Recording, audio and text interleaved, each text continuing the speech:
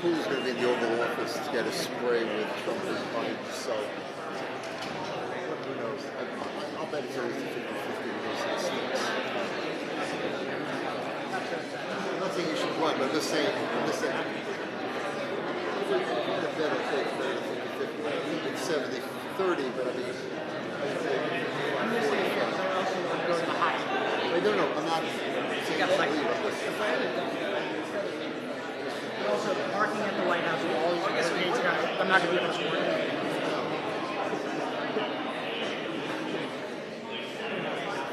Wait, so what gear? I saw you had a lot of gear. You had, like, you had, it's just a Pelican. You had XLR cables. It's just a Pelican case and the tripod. And then there's XLR. What's that? This is so you can shoot video. The tripod. You know, one would think there should be a lighter weight way of doing what you want to do. I think there is, but I like having that extra. No, you can reasonably do this.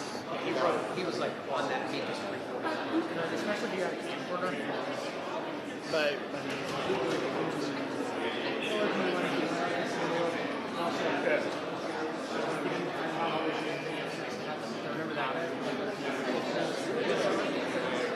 what if you just got like a this maybe, or like an FX30, a small camera. That's too small. What? Right, the RX30. Well, the thing is, you're using Canon lenses, so you don't want to. You want to try to avoid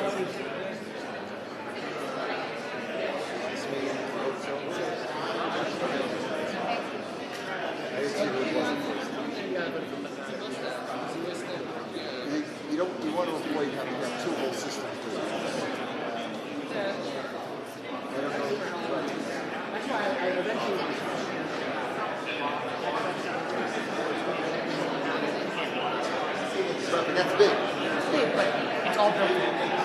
So like, Mike said, No, what I'm saying is the idea that in a backpack or a light roller, not a cart, you can basically carry both still and video options that will cover you for most things. And instead of using cables, having wireless XLR connections, just for space, I'm talking about the space reasons. but honestly, I got it down to a very, there's a small company now, there's a big one. Okay. And it's worth having those extra Because of interference, too many people on the frequencies. They're not so But usually those things you can pick the frequency. There's like a whole range of frequencies. Okay. Well, I'm just trying to figure out a way that you don't have to. You could travel light and have good options on both sides. I could honestly just have a recorder with a microphone on it and a case bag, just do that. That's what I originally did. But since I already have the license, Well, the issue is also how you want to, I could drive in, but I don't want to carry, like I already have a heavy case, but. if I live near a metro, I probably try and get it right to take it on the metro. But honestly, I can take this on the metro. It's just,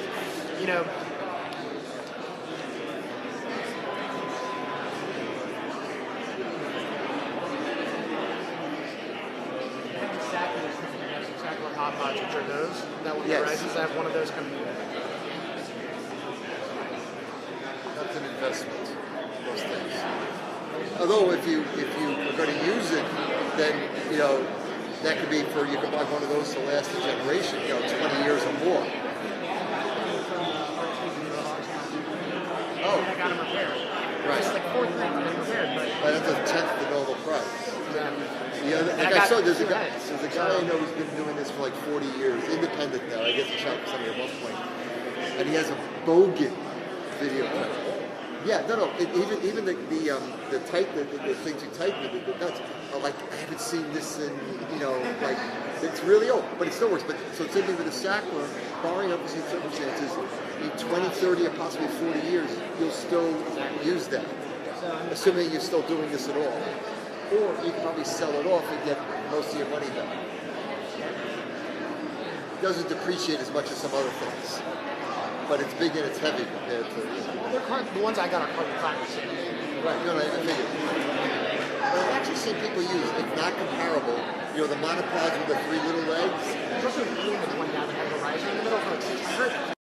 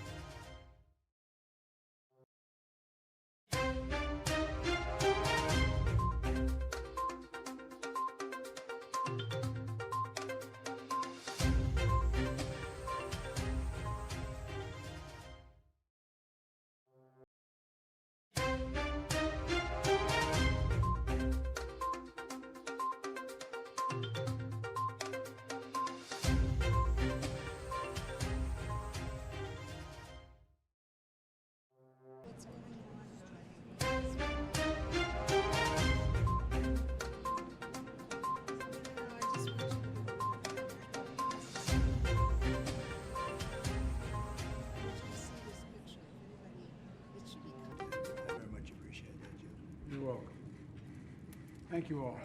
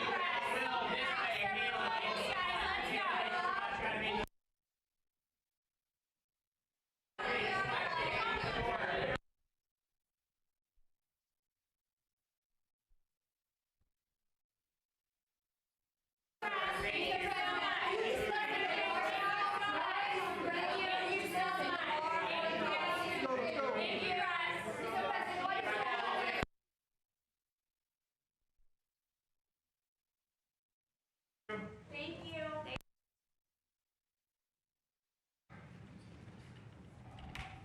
Thank you. Oh, here we go. Okay, Isaiah, I got you now.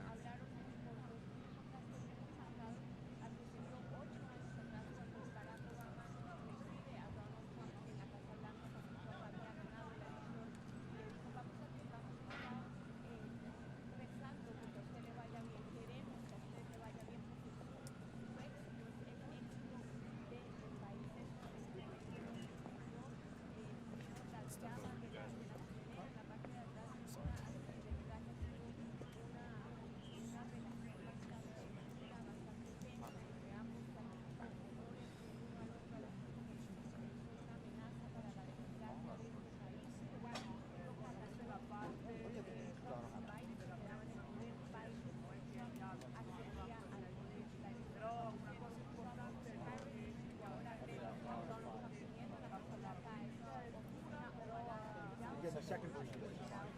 I'm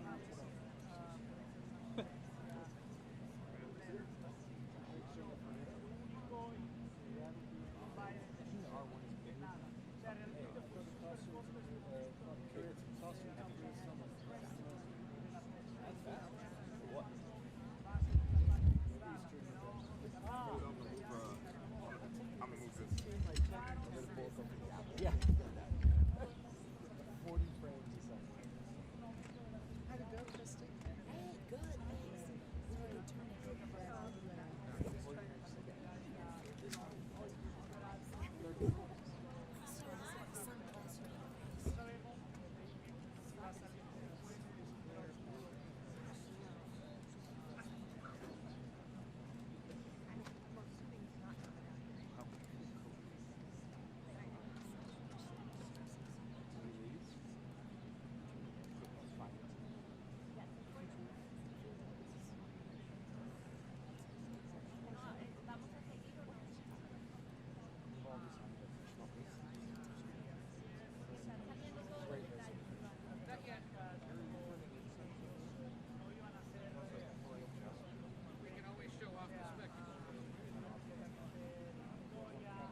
world, but it is a nice world today, and I appreciate very much a transition that's so smooth. It'll be as smooth as it can get, and I very much appreciate it, Jim.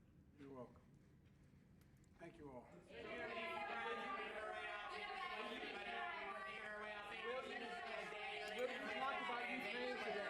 Mr. President, what do you hope to accomplish today, Mr. President? President-elect Trump, do you agree with Pete Hegseth? Do you think women should not serve in combat roles? What's top of your list the next time you're in this office, Mr. President-elect? How does it feel to be back?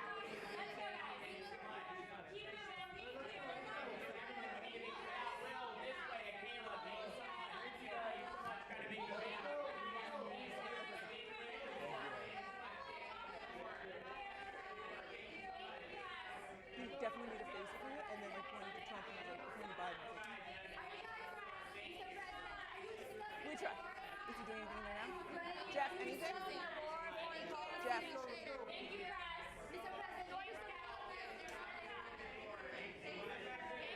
He didn't give you any kind of nod or any questions.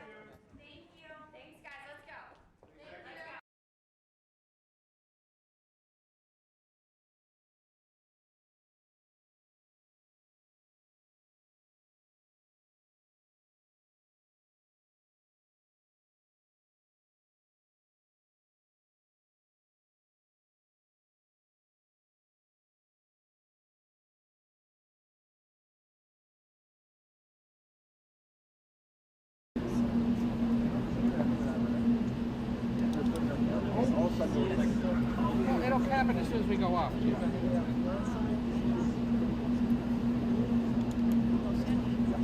Ed, he's coming.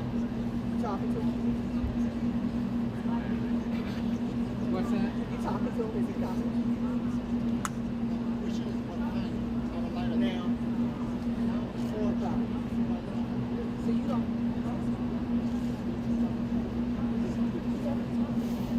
The meeting's over.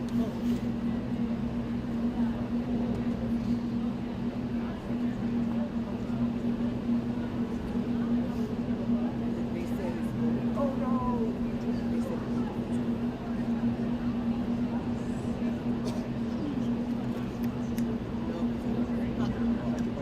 Jamie, you have a little something. The First Lady's spokesperson. She apparently.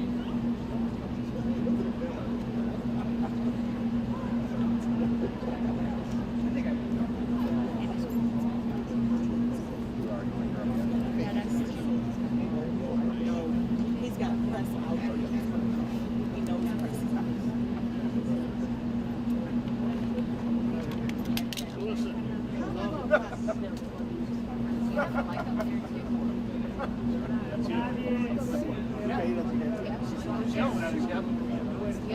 Need mic checks or anything like that for whatever reason? Yeah, keep talking. 1, 2, 3, 4, 5, 6, 7, 8, 9, 10. Mic check, mic check, mic check. Yeah, that's right. 1, 2, 3, 4, 5, From 6, 7, 8, 9, 10.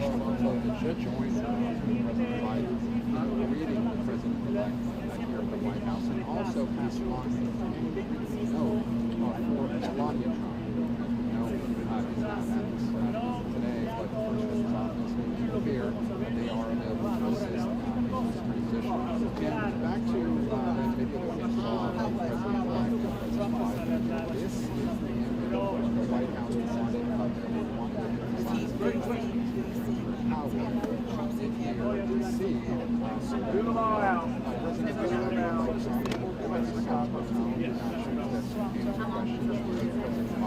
struck me is the brevity of that session. It's going to be a very short, but that is particularly short given the huge amount of tension that is around the White House right now. So we're watching just how long this meeting lasts. Earlier, back in 2016, the president, when Donald Trump met with Barack Obama here at the White House, that went for much longer than expected, for 90 minutes. Very interesting to see just how long this meeting takes and what the president is said. Just heard from the president-elect politics and stuff. But it's very welcome to see President Biden. La buenos días, aquí lo reportando desde enfrente de la oficina oval de Casa Blanca. Se están reuniendo en este momento con el presidente Biden. Es una reunión de cortesía que se da cuando hay un cambio de mando. Hace 4 años no se le estuvo a Joe Biden, él estaba discutiendo que él había ganado la elección. Por eso en este momento no se en las primeras imágenes de esa reunión. Donald Trump dijo que la política no era siempre buena, pero que este era un buen evento. Le dio las gracias a Joe Biden por recibirlo y el presidente Biden le dijo de nada. También sabemos que Joe Biden, la primera dama, le entregó a Trump una carta para su esposa Melania, le dijo que está dispuesta a ayudarla en el proceso de transición. Melania Trump, la primera dama, a estar en esta reunión.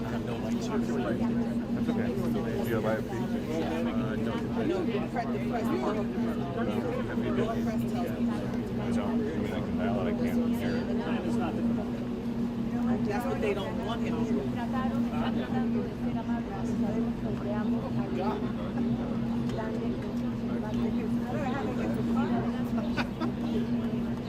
al cual una puerta de la oficina oval que el presidente está allá adentro.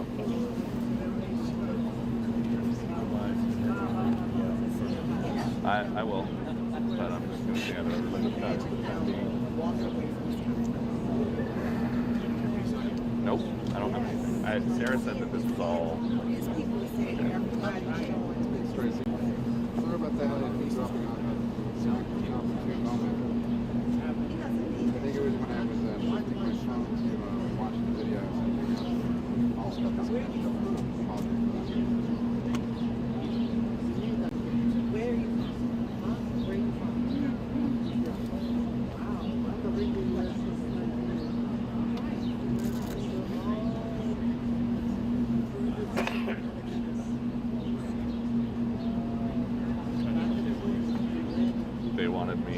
as I got up.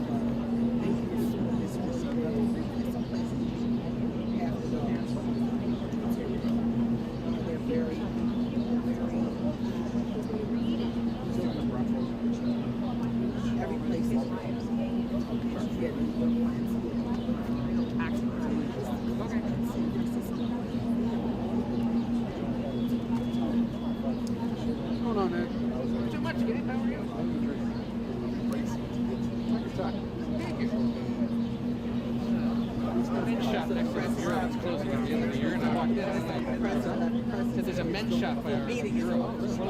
Meeting of the year.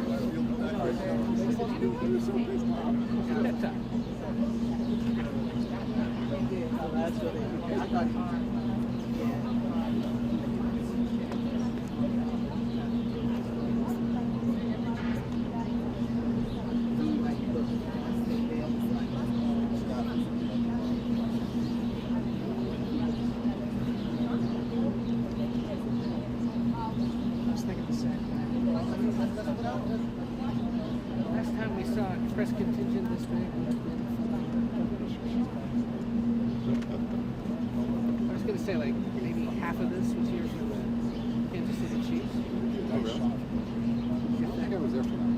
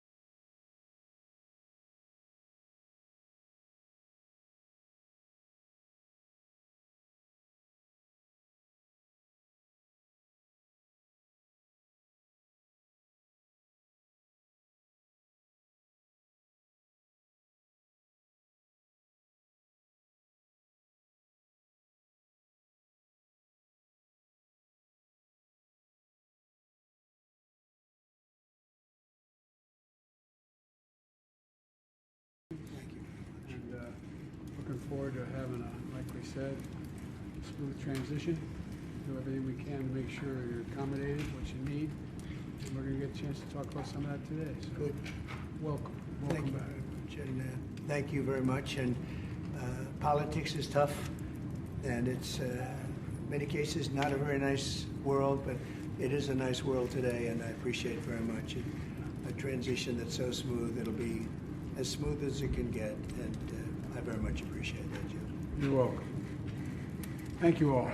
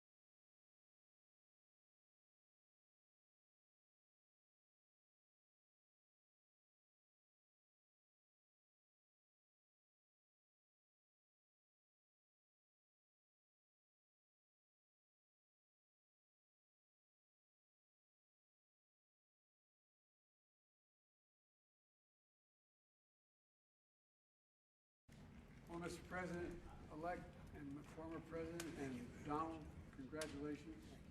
And looking forward to having a, like we said, smooth transition. Do everything we can to make sure you're accommodated, what you need. And we're going to get a chance to talk about some of that today. So welcome. Welcome back. Very much. And thank you very much. And politics is tough, and it's in many cases not a very nice world, but it is a nice world today, and I appreciate very much a transition that's so smooth. It'll be as smooth as it can get, and I very much appreciate that, Jim. You're welcome. Thank you all. We've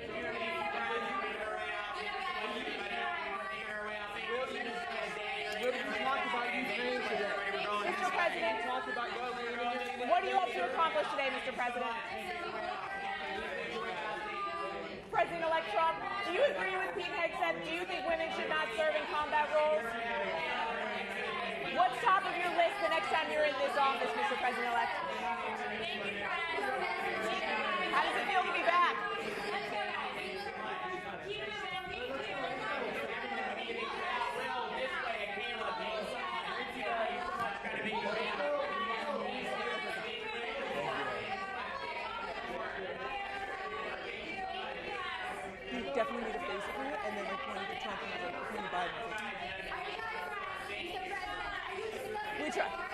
doing anything there now? Jeff, anything? Jeff. Thank you guys. Mr. President, what is the He didn't give you any kind of nod or any questions. Thank you. Thanks, guys. Let's go. Let's go. Thank you.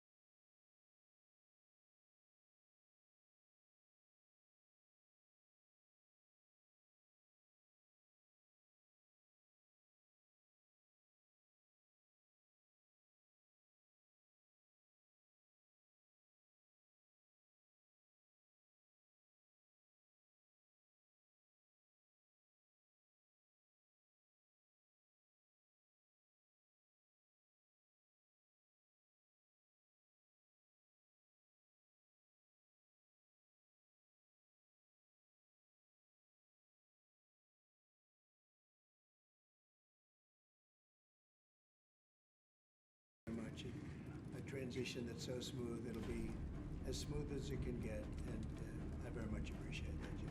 You're welcome. Thank you all.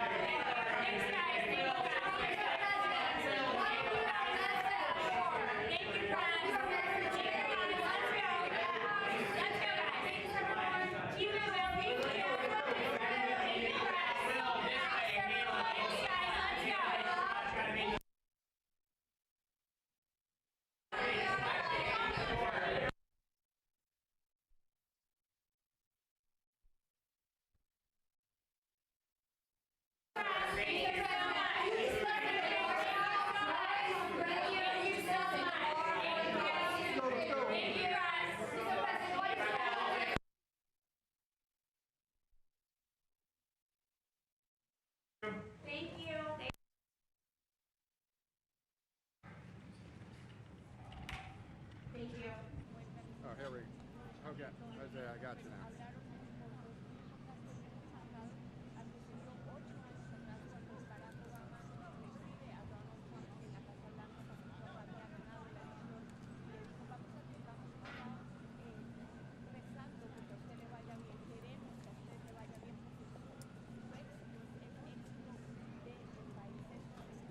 Need. We're going to get a chance to talk about some of that today. So Good. Welcome. Thank you Welcome back. very much. And thank you very much. And politics is tough, and it's in many cases not a very nice world, but it is a nice world today, and I appreciate very much a transition that's so smooth. It'll be as smooth as it can get, and I very much appreciate that, Jim. You're welcome. Thank you all.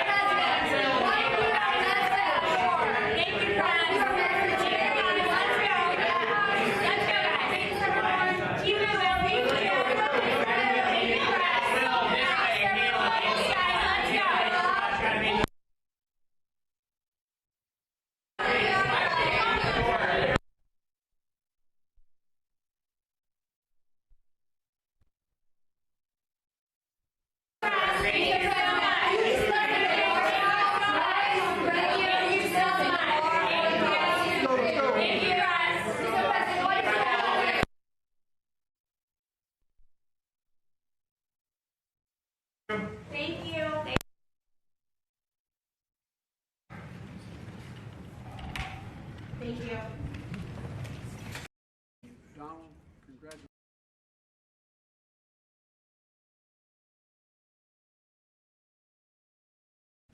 Well, Mr. President-elect and former President and Donald, congratulations.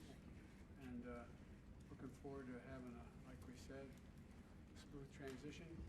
Do everything we can to make sure you're accommodated, what you need. And we're going to get a chance to talk about some of that today. So welcome.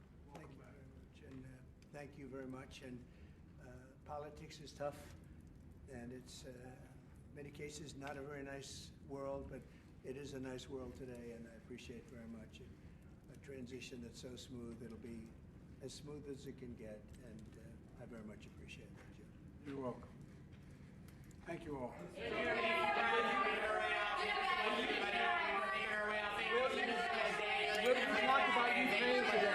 Mr. President, what do you hope to accomplish today, Mr. President? President-elect Trump, do you agree with Pete Hegseth? Do you think women should not serve in combat roles? What's top of your list the next time you're in this office, Mr. President-elect? How does it feel to be back?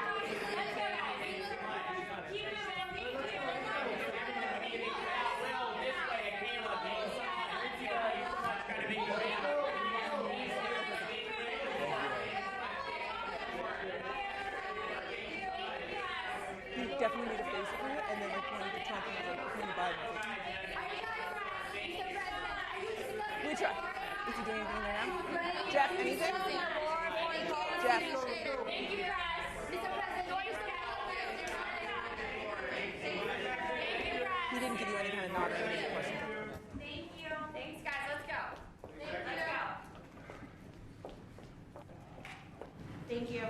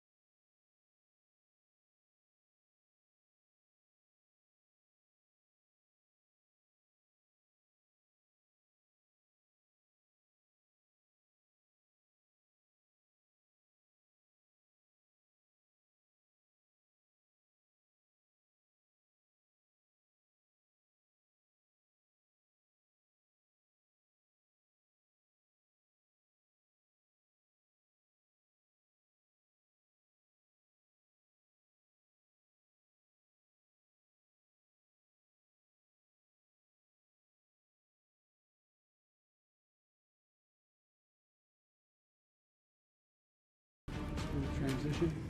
Do everything we can to make sure you're accommodated, what you need. And we're going to get a chance to talk about some of that today. So Good. welcome. Thank you Welcome back. very much. And thank you very much. And politics is tough, and it's many cases not a very nice world, but it is a nice world today, and I appreciate very much a transition that's so smooth. It'll be as smooth as it can get, and I very much appreciate that, Jim. You're welcome. Thank you all.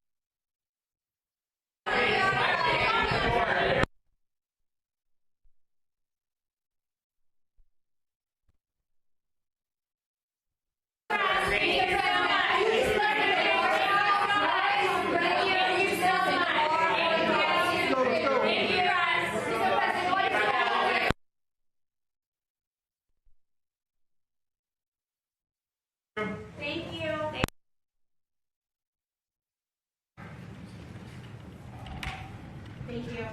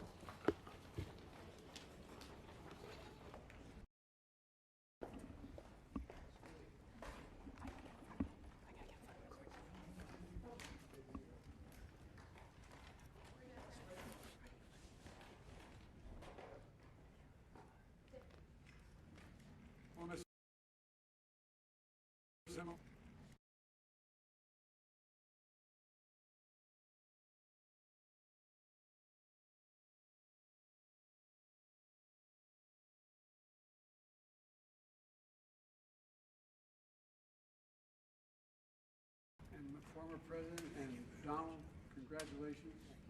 And looking forward to having like we said, a smooth transition.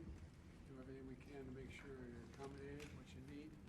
And we're going to get a chance to talk about some of that today. So welcome. Welcome back. And thank you very much. And politics is tough, and it's many cases not a very nice world, but it is a nice world today, and I appreciate very much a transition that's so smooth. It'll be as smooth as it can get, and I very much appreciate that, Jim. You're welcome. Thank you all.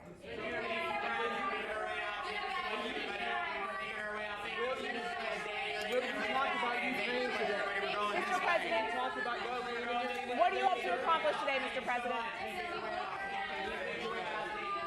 President-elect Trump, do you agree with Pete Hegseth? Do you think women should not serve in combat roles? What's top of your list the next time you're in this office, Mr. President-elect? How does it feel to be back?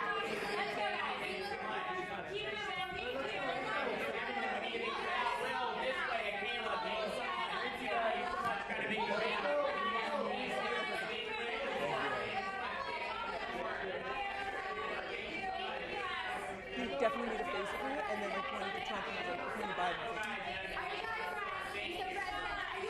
We try. Is he doing anything there now? Jeff, anything? Jeff.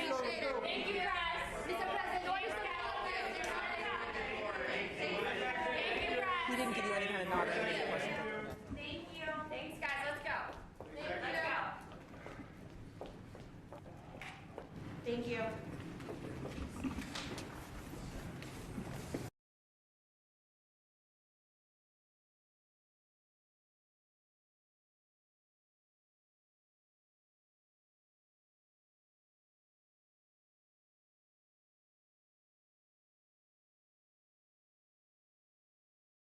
World, but politics is tough, and it's Sure you're having president.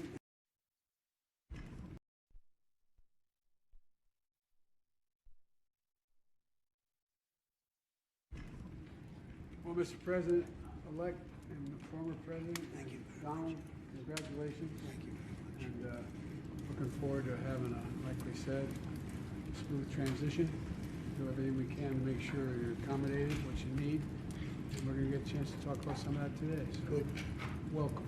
Thank you Welcome back. very much, and thank you very much. And politics is tough, and it's in many cases not a very nice world, but it is a nice world today, and I appreciate it very much. A transition that's so smooth, it'll be as smooth as it can get, and I very much appreciate that, Jim. You're welcome. Thank you all.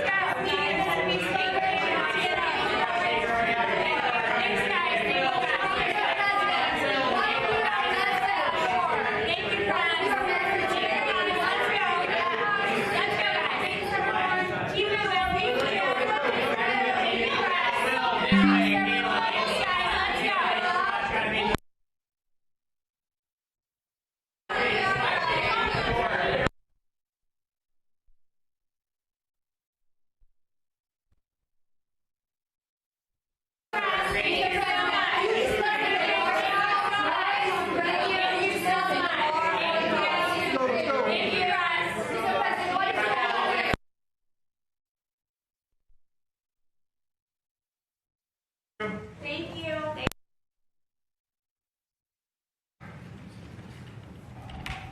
Thank you.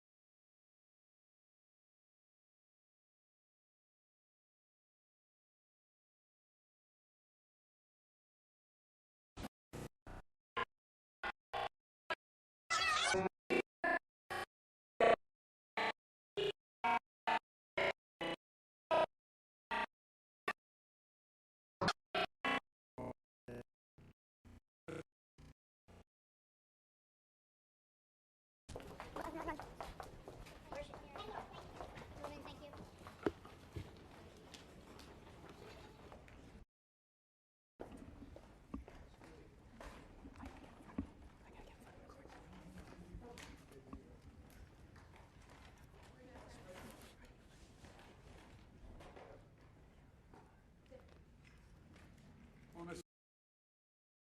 President,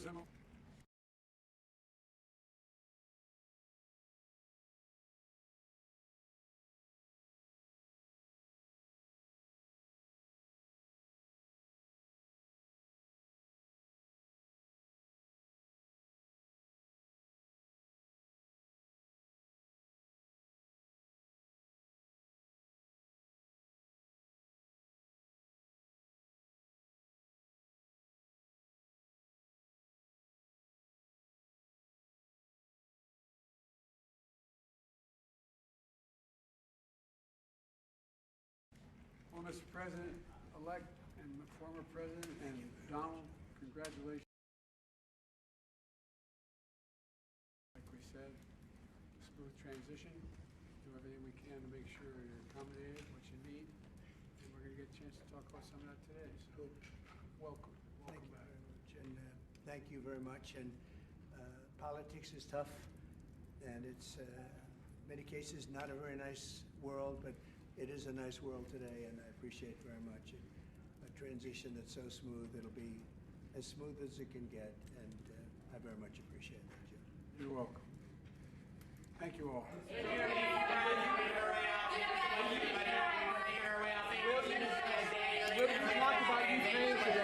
Mr. President, what are you up to accomplish today, Mr. President? President-elect Trump, do you agree with Pete Hegseth? Do you think women should not serve in combat roles? What's top of your list the next time you're in this office, Mr. President-elect? How does it feel to be back?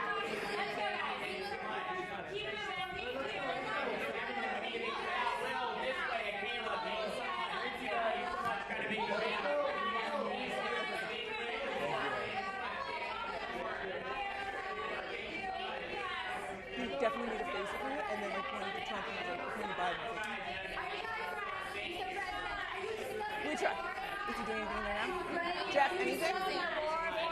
Jeff. Thank you guys. Mr. President,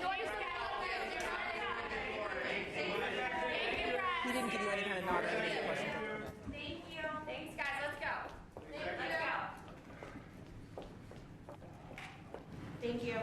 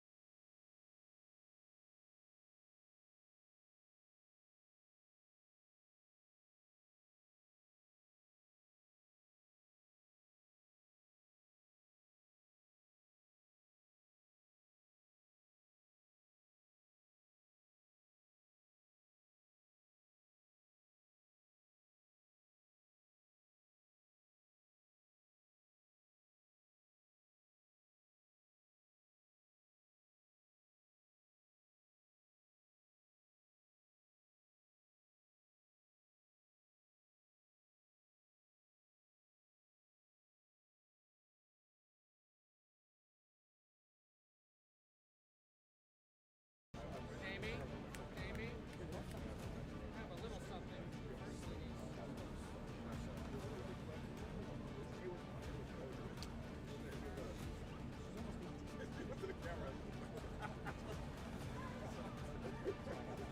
I think I paid you.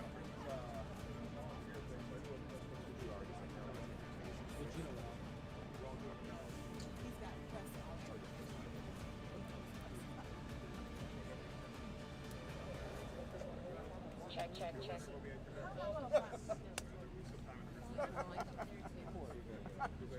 you. Yeah. Nobody's yelling at us yet. Huh? Anybody need mic checks or anything like that for whatever reason? 1, 2, 3, 4, 5, 6, 7, 8, 9, 10. Mic check. Yeah, Low, that's right. 1, 2, 3, 4, 5, From 6, 7, 8, 9, 10. Good. Reading the president-elect here at the White House, and also passing on his handwritten note. I've never had anything like this. It's not at this today, but the first lady's office made it clear that they are available to assist this transition. And back to that video that you saw of President-elect and President Biden. This is the end of the White House. Very quick. Transfer of power. Like we see. Do them all out.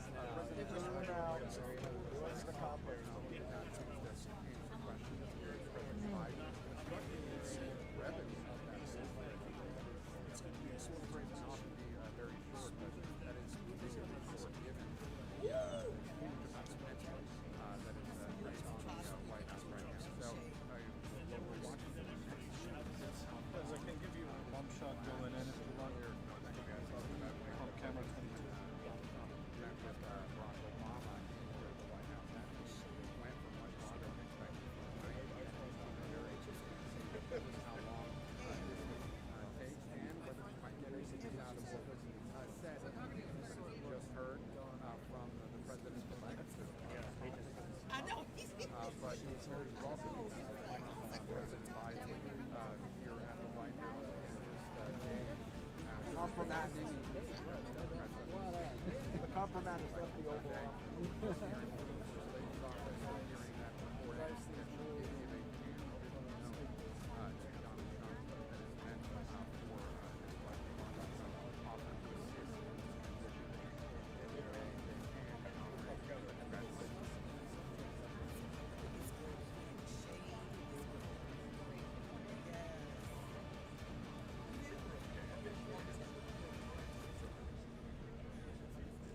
I'll move. I'll be out of here. I just want to be able to see. I also sent that. That's on good. Came into this out. We don't expect to see it on the side. Dr. Fred's gets everyone. Everyone gets it. Yeah. You get a department. You get a department. You get a department. The plan is not to come up. That's what they don't want him to do. Yeah. Oh my God. Because I don't know how they get the car. Showed up the first day on the course.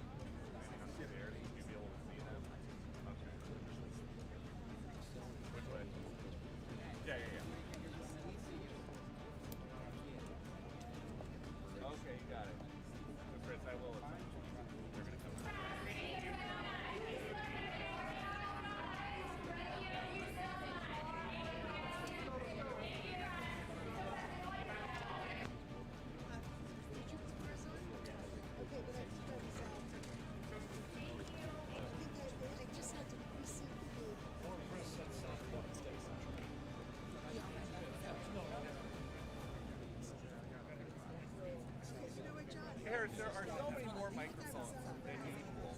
You would think it's already the first day of the next administration, and you would think Donald Trump's not going to be coming back. But he will be coming back in 68 days. The only way, because of the layout today, where the press goes in at the beginning and then gets kicked out, the only way that we can tell the meeting is ongoing is the president and goes live. I don't know. And to set the scene a little bit, we are here at the Biden-Harris White House.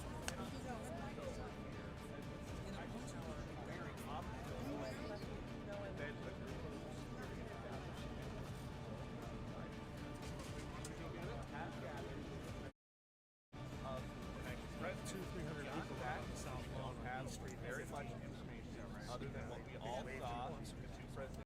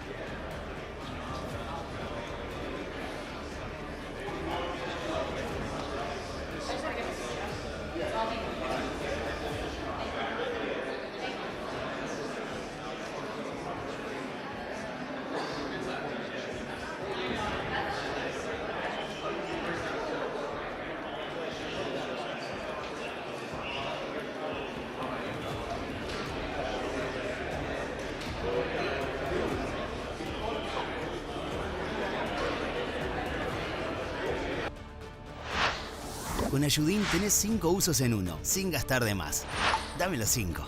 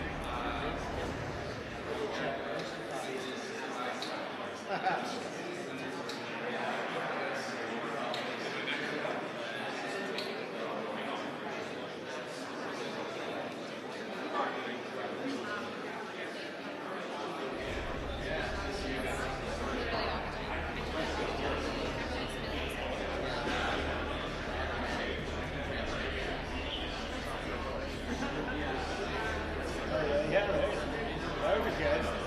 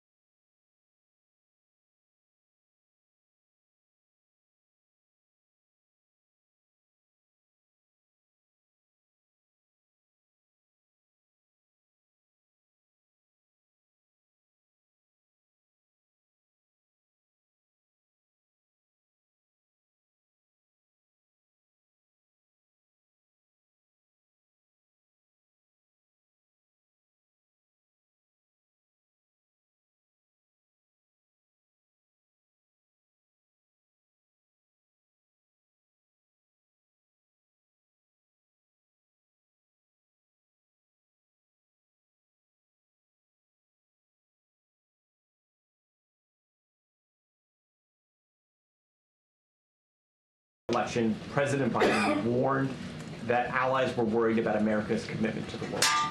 What's his message to those allies after this election? Well, he's going to have the same message that he's had for 4 years as president, which is that he believes that America's allies are vital to America's national security. They make us stronger. They multiply our capability. They take a burden off of our shoulders. They contribute to our common causes, including the cause of standing up for freedom and territorial integrity in Ukraine. And as I noted in my opening comments, when he goes to this Asia-Pacific summit in Peru, he'll go with our alliances in the Indo-Pacific at a literal all-time high. Japan, Korea, Australia, the Philippines, a really remarkable record over 4 years, and that's what he's going to hand off to President Trump.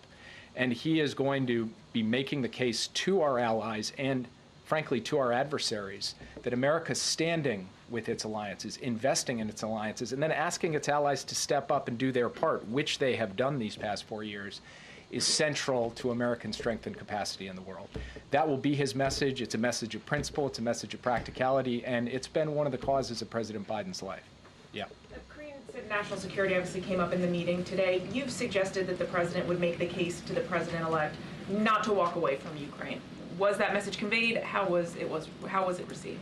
Well, I'll let Karine speak to what happened in the meeting. I will only note that President Biden reinforced his view that the United States standing with Ukraine on an ongoing basis is in our national security interest. And it's in our national security interest because a strong Europe, a stable Europe, standing up to aggressors and dictators and pushing back against their aggression is vital to ensuring that we don't end up getting dragged directly into a war, which has happened obviously twice in the 20th century on the European continent.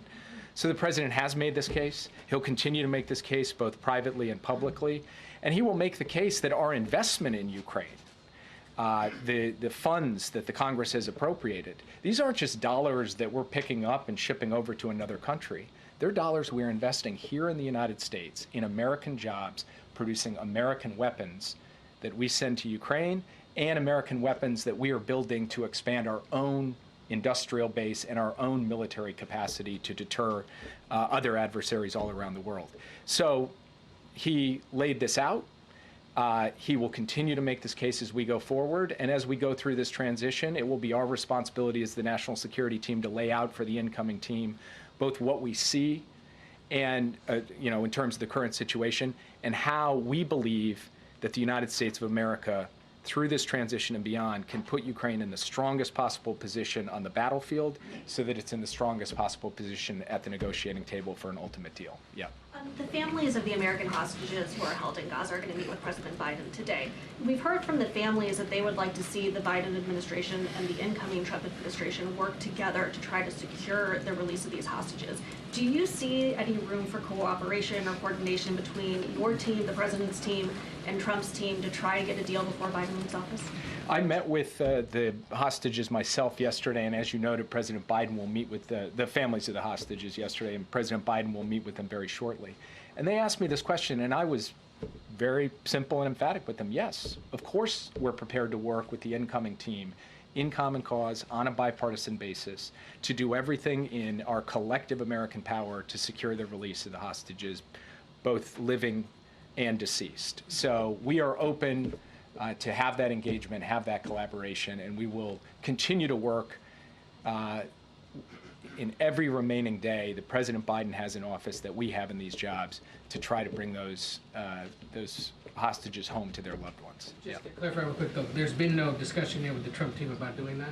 Well, I will say that this is a topic, obviously, the American hostages being held in Gaza that President Biden and President Trump covered today. But we have not had the opportunity to engage with the incoming team yet. I'm only expressing, standing here today, as I did to the hostage families yesterday, we are very much willing to do so. And we've sent a signal to the incoming team that we're prepared to work with them on this issue, as with every other issue, because President Biden's cardinal direction to us is ensure a smooth and orderly transition. On that, are you finding the Israelis as responsive to Biden administration inquiries or requests, given that we know the Prime Minister is in pretty frequent touch with the President-elect? I had the opportunity to sit down yesterday with the Israeli Minister of Strategic Affairs, Ron Dermer. We had a detailed discussion about every element of the current situation in the Middle East. And it was a constructive discussion. We are still actively working in support of our common efforts to push back against our common adversaries, to try to deal with the situation in Gaza, in Lebanon, and directly with respect to the Islamic Republic of Iran. And just to give you an example, we are working on an ongoing daily basis to try to increase the amount of humanitarian assistance getting into Gaza, given the suffering of the innocent civilians there who are trapped amidst the crossfire between the IDF and the terrorist group Hamas. We have made some progress in that regard.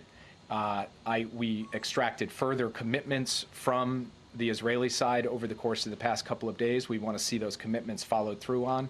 So we believe that we can continue to work across the board on all of the relevant issues, whether it's humanitarian assistance or it's ensuring the defense of Israel against Iranian attacks, or it's working on ceasefire efforts and a hostage deal in Gaza, or it's ultimately bringing a diplomatic resolution to Lebanon, which we're actively working on. We'll continue to do that every day that we have remaining in office. Jake, I know you can't speak to what happened in the meeting earlier. We'll ask Karine about that. But 8 years ago, then President Obama explicitly warned incoming President Donald Trump about the urgent threat posed by North Korea. He said it was the most urgent national security threat the U.S. was facing at the time.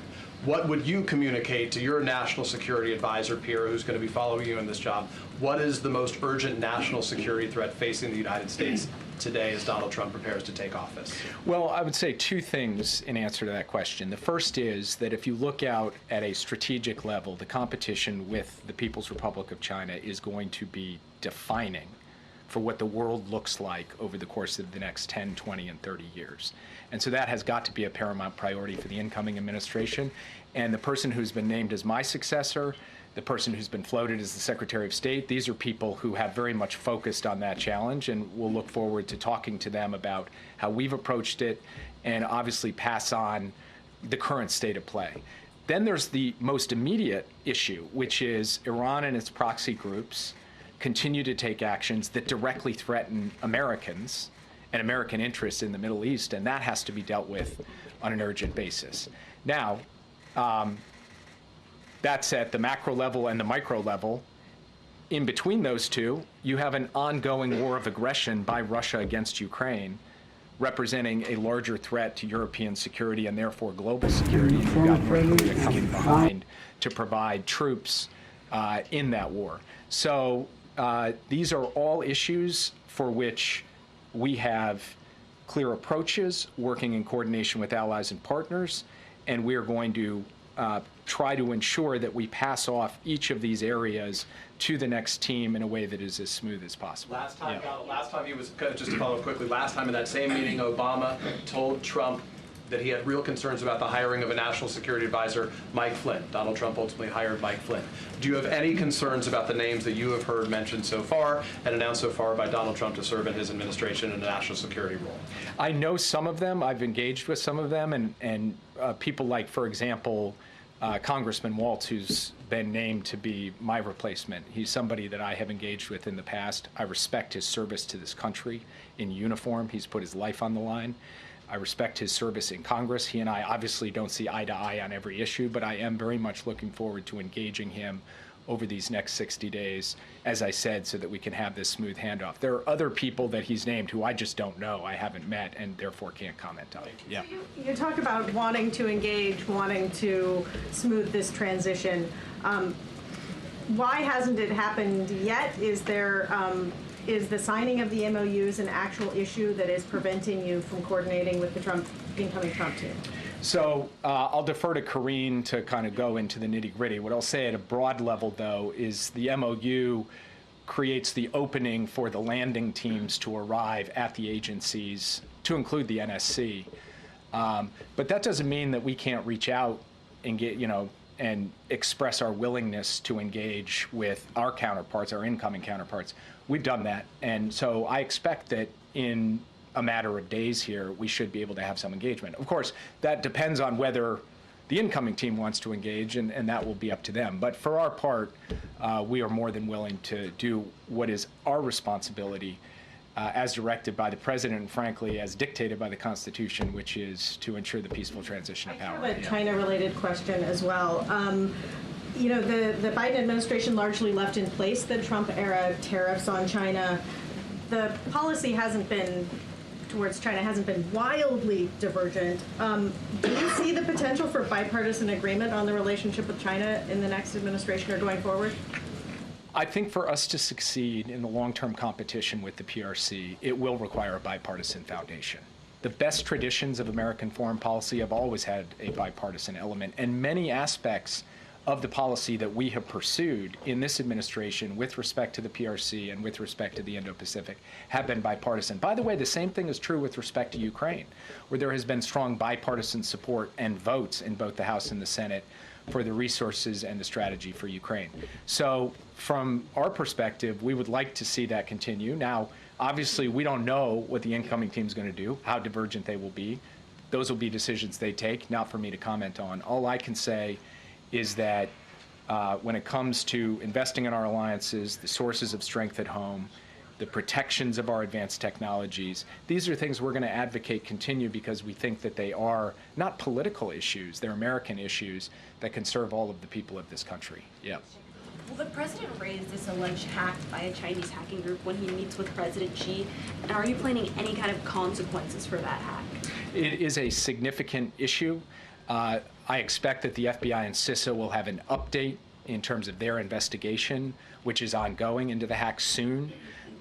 We here at the White House have stood up at the NSC, what's called a UCG, a Unified Coordinating Group, in order to coordinate the entire U.S. government to be able to deal with this hack, which is a hack of private telecommunications providers, but private telecommunications providers that provide services to U.S. government personnel, among others.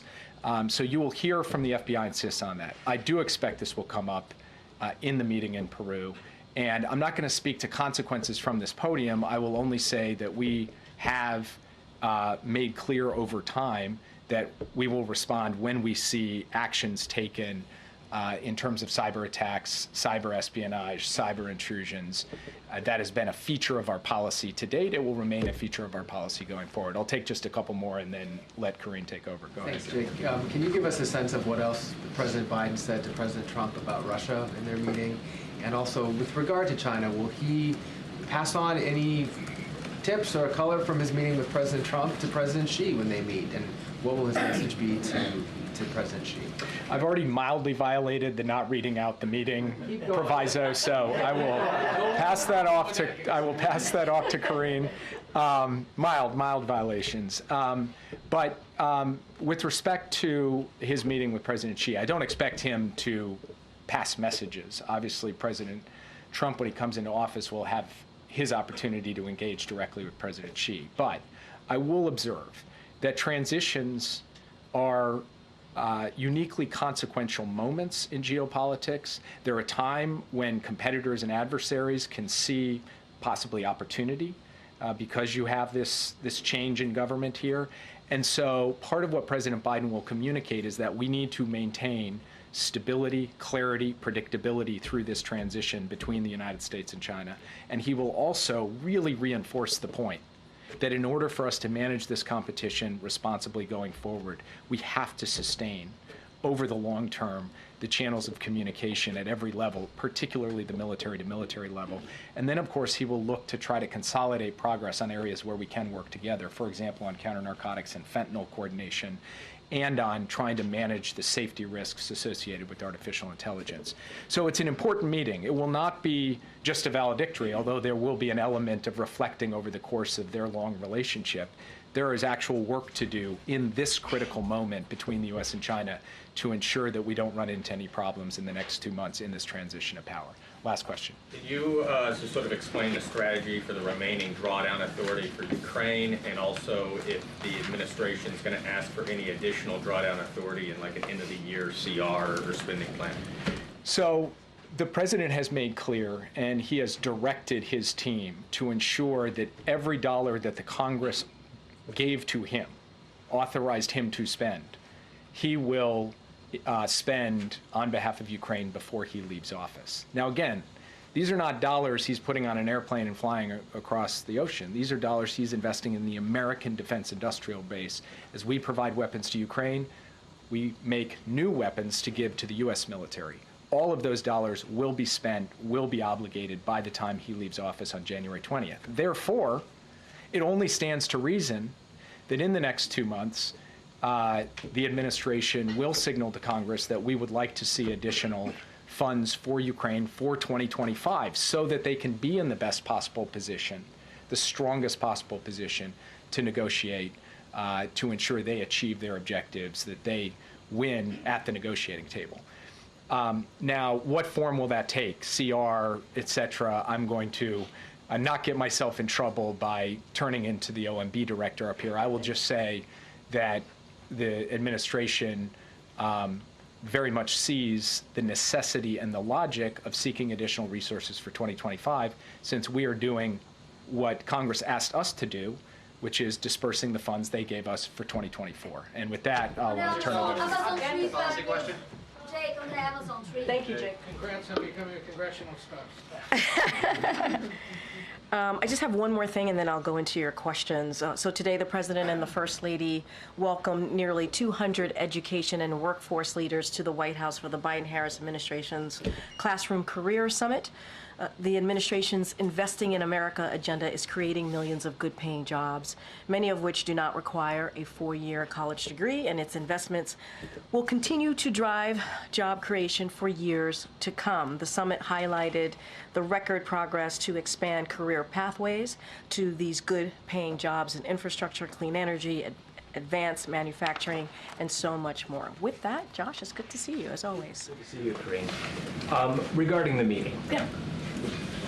President Biden has given a lot of statements about his concern for the U.S. democracy.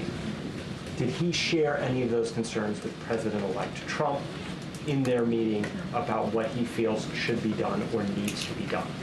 So I'm not going to go into granular detail of what was discussed in the meeting. What I can say that it was indeed very cordial, very gracious, and substantive.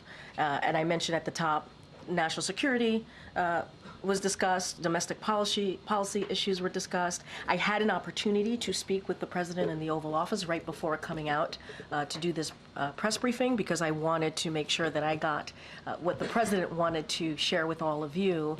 So certainly that everything that I'm saying is sanctioned, if you will, by the President. He wanted you all to know that the President-elect, again, was gracious, came with a detailed set of questions. It was, again, substantive. But I do want to take a little bit of a step back here, because it's really important to note, and you're going to hear me continuing to say this over and over again, the importance of having a smooth transition, an importance of having an orderly transition. The President respects the will of the American people and wants to make sure that occurs. That is what he believes the American people deserve. And so that is as far as I can go. That is what I am sharing with you from the President directly. And look, we're going to make sure, as Jake Sullivan was saying, that his team has what they need, right? They want to make sure that it is indeed an efficient, effective transition, so that we hand over the people's business so that they can continue the people's business. Can you say how President Biden answered some of those detailed questions? I will say that the President certainly looked forward to the meeting, appreciated the conversation, and answered any questions that the President-elect had, offered up his thoughts, but I'm not going to go any further than that. Again, Mary. You said gracious, cordial, substantive. The President obviously hit on a wide range of issues, but did he get a sense that the issues that he was impressing upon, that any advice he was giving was being well received? I think so. I think that's why the President was wanting me to let you all know that there was a very good back and forth, and it was substantive, as I mentioned before, and I want to be mindful. It was a private conversation, so I don't want to go into specifics or details, but look, they met for more than 2 hours. They met for a very long time, or nearly 2 hours, pardon me, and I think by the length of the meeting tells you that they had an in-depth conversation on an array of issues. And so, look, the president reached out to the president-elect wanting to make sure that he gave an opportunity to the president-elect, afforded him that opportunity to have a meeting with him to talk about the different issues that matter to the American people. But nearly 2 hours I think says a lot about how the meeting went. Any plans to keep a line of communication open? The president is always going to obviously keep that line of communication open to the president-elect. We got to remember, this is not about the two presidents. This is not about President Biden or President-elect Trump. This is about the American people and what's right for the American people. And if anything, the president has led by example, right, over the last week now on making sure that we have this cordial transition of power. Just one other topic. President-elect Trump's nominee for defense secretary has questioned whether or not women should serve in combat roles in the military. Wondering what the administration makes of that. Is there any concern about women's ability to serve in certain roles going forward? I think we've made ourselves really clear. I'm not going to speak to this pick. That's not the president's going. The president-elect is going to lay out his certainly his personnel and who he wants to fill these cabinet positions, who he wants to be in the White House with him, and we will give them the space to do that. But I think we've been very clear about how we see the importance of gender equality, the importance of women in the workforce. I think we have been an administration that has led on that issue, and certainly we do not agree with those views, but that is for obviously the president-elect to speak to his picks, and I'm going to let them do that. Okay, John. You said the president-elect came with a detailed list of questions. That's surprising to me. What was on his list? I'm not going to go into details of what was on the list. I shared that, and the president wanted you all to know that because we want to be very clear. It was actually a substantive meeting, nearly 2 hours. There was a lot discussed. There was a lot of back and forth. And I'm not going to go into specifics. I think if the president-elect wants to share his set of questions to President Biden, he certainly can and will if he chooses. But wanted to give you as much information as I could without going into too much specifics on a private conversation. Was the list typed out on a piece of paper? I don't have. I appreciate the effort there, Jeff. I don't have anything beyond that. Did the issue of the fact that President Trump did not acknowledge President Biden as the winner in the 2020 election come up today? What we want to do is move forward. We do. Really? No, seriously. What we want to do is move forward. We respect the will of the people. There was an election, as you know, last week, and the American people spoke. And so the president is going to make sure that he puts the American people first. He's going to make sure that we move forward in this process, in this transition process, in a way that is respectful to the American people and to lead by example. And so that's our focus. That's what we want to do. I think the president has shown that in the past week of that leadership. And so that's what you're going to hear. That's what we're going to continue to do in the 68 days that we have left in this administration. I understand that. I guess that just seems like a piece of unfinished business between them. Did it come up at all? Look, that is something certainly that I would leave for the president-elect to speak to. What I can speak to is this president wanting to focus on the American people, wanting to focus on issues that matter, domestic policy issues, national security issues that are critical and important in how we move forward as a country. That's what the president wanted to focus on.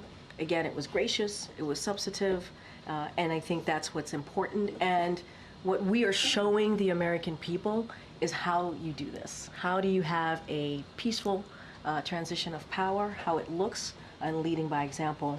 And that is quintessential Joe Biden, I believe. Good. Yeah, thanks, Green. I'm just trying to understand. I mean, besides demonstrating a peaceful transfer of power, what was the big message that President Biden was trying to convey to incoming President Trump? I think just that, and the American people. You know, you all had those who were able to be in the room got to see the two presidents sitting side by side, shaking hands. You heard what the president-elect talked about politics being tough, and understanding what that looks like. We get that as well, you know. And I'll go back to what we said last week. Did the elections turn out the way we wanted? Absolutely not. Are we disappointed?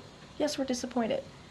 But again, there was an election, the American people decided, and what the president wants to focus on is what it looks like. What it looks like to move forward, to put the country first, to put the American people first, and move forward in a respectful way. I think that was also the message that you saw from this president today. These regulations, does the White House have any concerns about this effort, or do you think maybe it's a good idea to look at these things? No comment. I'm not going to comment. Okay. You talked about ensuring that the next administration has all the resources they need for this transition, but one thing that needs to happen in order for the Trump transition to have access to agencies and such are these signings of the memorandums of understanding with both the GSA and the White House, including an ethics plan. Did that come up in any way in the conversation today, even if it was just between Jeff Zients and Susie Wiles? And I was just going to say that, as you know, Jeff Zients, the Chief of Staff, had an opportunity to speak with the incoming Chief of Staff. I have not spoken to Jeff on if that issue came up, but Jeff has been leading this effort of making sure that we have that smooth transition of power. We are ready. We are ready to go. And I've also mentioned that the co-chairs of the Trump transition have said that they are in public have said that they are going to sign the MOUs. So I'm going to have to leave it to them. We're ready. And Jake, I think, put it really well when he said it doesn't mean that we can't still have conversations. It doesn't mean we can't engage with our counterparts or those who have been picked by the president-elect to come into this administration.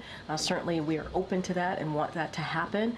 But I would have to, refer you to the Trump transition, they have said they would sign those MOUs. And back in 2000, then Vice President Al Gore actually hosted George W. Bush a few days after he had conceded the election. When Bush came to meet with Clinton, he then went on to meet with Gore.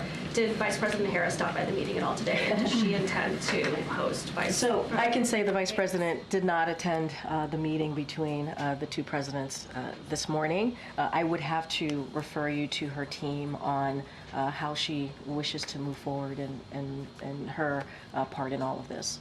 But you also heard from her last week when she talked about the importance as well of having a peaceful transition of power. So leave that to her to answer. Go ahead. Just we got a few of the details. So it was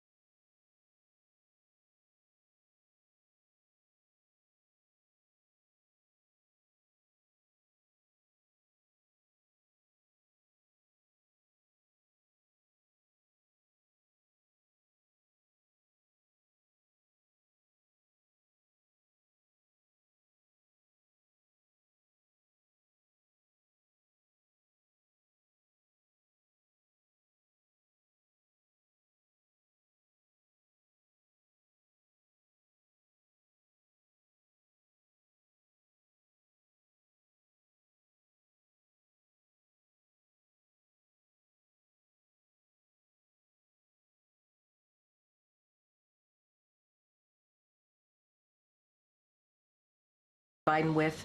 They went back and forth on that. I don't have anything. I'm not going to get into the nitty-gritty, into the specifics of what those topics were.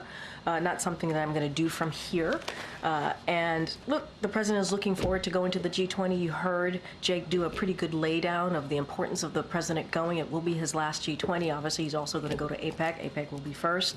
And the importance of meeting with these world leaders on issues and matters that are important to the American people. That's what you're going to see.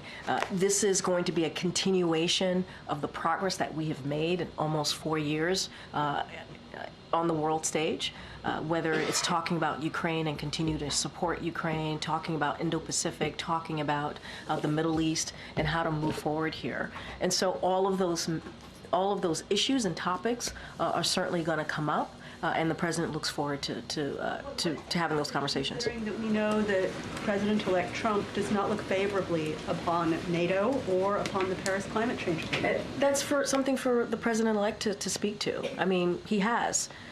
What we have done here in the past 4 years is strengthen NATO. What we have done here is making sure that we strengthen our relationship with allies and partners.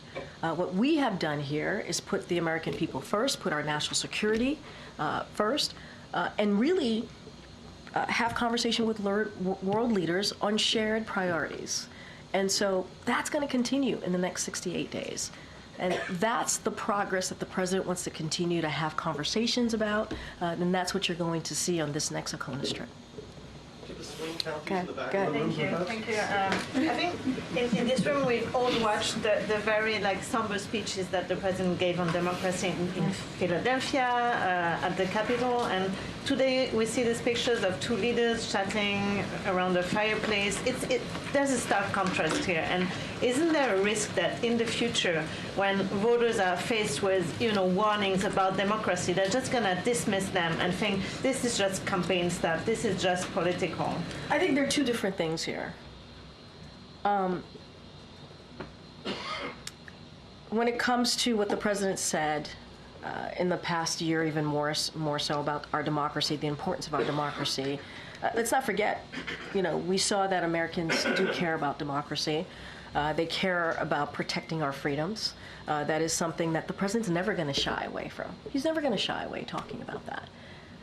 And it is important on how we move forward, right? Is important. But what we're seeing right now is also a democratic principle, right? When we're talking about transition of power, it is about our democratic principle as well. It is about continuing that transfer of power. It is about continuing that democracy. I know I said these are two different things, but are also connected as well. And so for him to do that, for him to invite the president-elect and to have important conversations on issues that matter to the American people is actually part of what democracy looks like. And the president is never going to shy away from that. And again, were the elections what we had hoped? Absolutely not. We're not hiding that. We've been very clear about that. But we have to move forward. We have to move forward on behalf of the American people. And what you saw and what you're going to see when we talk about transition is about our democratic principles. Okay. Thank you, Karine. Going back to her question on the G20, Jake was saying that he is hoping for some progress. But is progress possible when allies, the G20 allies, are trying to understand and are expecting a change in the administration here? So how does the incoming administration can undermine this progress they are trying to reach there? And also progress with the Brazilian government on climate, democracy, and labor cooperation that are going to expect to discuss there. Yep. I'm not going to get ahead of what's going to be discussed at the G20, and I'm not going to get ahead of what the Trump administration policies are going to look like.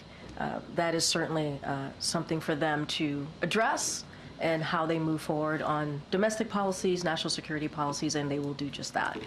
What I can talk about is the progress that the president wants to continue to make, and the strengthening of our alliances, strengthening of our partnerships, and making sure that we continue to stand up with Ukraine as they continue to fight against Russia's aggression, and a range of issues of Indo-Pacific to the Middle East. You talked about climate change, especially as it relates to Brazil. So those issues are going to be discussed. We've made progress on all of those policies that we're going back and forth on. I'm just not going to speak to private conversations that are going to happen, what's going to be discussed, and just speak to what we can do, what we're looking to do, and why it's important. This ACONUS that the president's going to go on is going to be a continuation of what he has been able to do for almost 4 years now.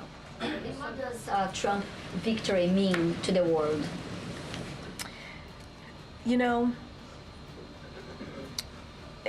what I can say, and I'm going to sound like a broken record, what the president is going to do is continuing to make sure that we follow the election results, the will of the people. Majority of Americans decided. And what we can do is make sure that democracy continues here by doing this transition of power and doing it in an effective, orderly, peaceful way. And the president is going to focus on the progress that he's made.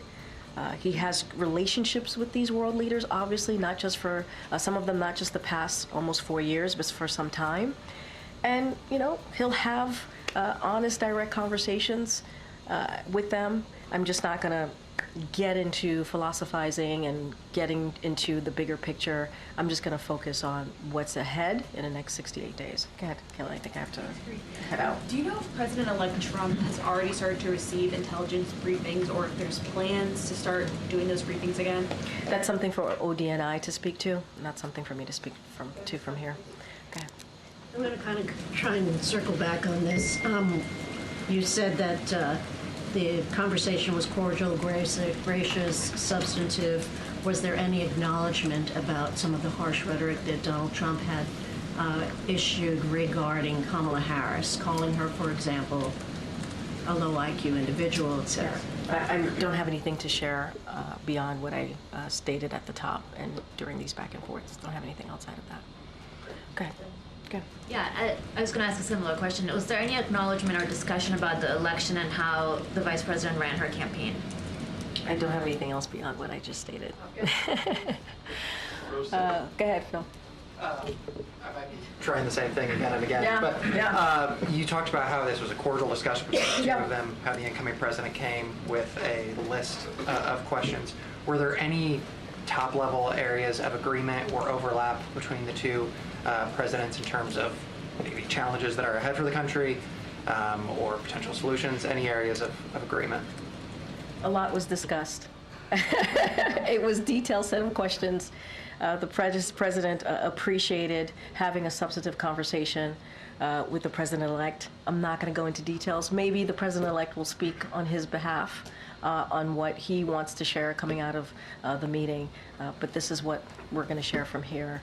2 hours nearly 2 hours is a long time to talk about what's important for the American people and how to move forward. And I think that's important. I appreciate the effort. All right, everybody, thank you so much. For the record, can you just share, find out if there was any time that the two met individually so we're all on the same page? And will there be photos?